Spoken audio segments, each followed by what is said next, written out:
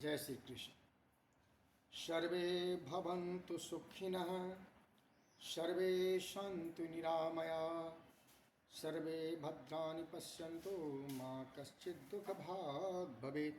साथियों, दोस्तों, नमस्कार। मैं अपने YouTube चैनल अष्टकूट मिलान में आप सभी दर्शकों का हार्दिक अभिनंदन करता हूँ। साथियों, आज मेरी चर्चा है द्वितीय विवाह के ऊपर में कि कैसा ये संयोग बनता है जो बालक बालिका का दूसरी शादी होती है।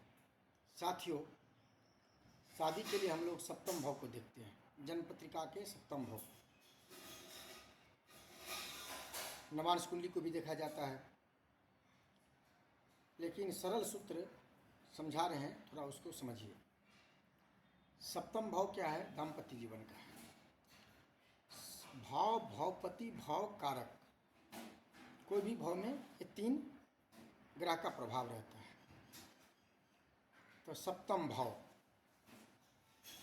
तो सप्तम भाव में पहले देखिए कि कोई पाप ग्रह का दृष्टि है, अलगाववादी ग्रह का दृष्टि है, जैसे शनि, राहु, केतु, मंगल, सूर्य, ये सब अलगाववादी है।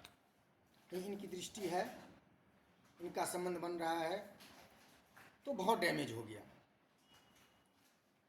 सप्तम भाव। अब देखेंगे भावपति।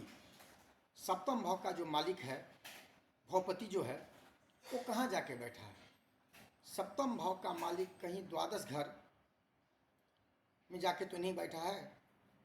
यदि सप्तम भाव का मालिक द्वादश घर में जाके बैठेगा तो सप्तम भाव से द्वादश भाव होता है छठा घर, रोग रिपुरीन, ये अच्छा नहीं माना जाएगा। सप्तम भाव से छठा भाव को देखेंगे। छठा भाव होता है सप्तम भाव से द्वादश घर। यदि यहाँ करके सप्तमेश बैठेगा तो वो भी अच्छा नहीं माना जाएगा, क्योंकि द्वादश भाव होता है। द्वादश भाव हो गया शଯ୍या सुख, हॉस्पिटल, तो यहाँ भी सप्तमेश को अच्छा नहीं माना जाएगा। उसके बाद देखेंगे कि सप्तम भाव का मालिक है, अष्टम भाव में तो नहीं है। सप्तम से अष्टम भाव हो गया द्वितीय भाव। तो द्वितीय भाव क्या होता है? व्यय का होता है। यदि सप्तमेश का संबंध द्वादश भाव से, छठा भाव से और अष्टम भाव से हो तो दाम्पत्य जीवन को अच्छा नहीं माना जाएगा। यहाँ ये द्वितीय शादी का योग बनाता है।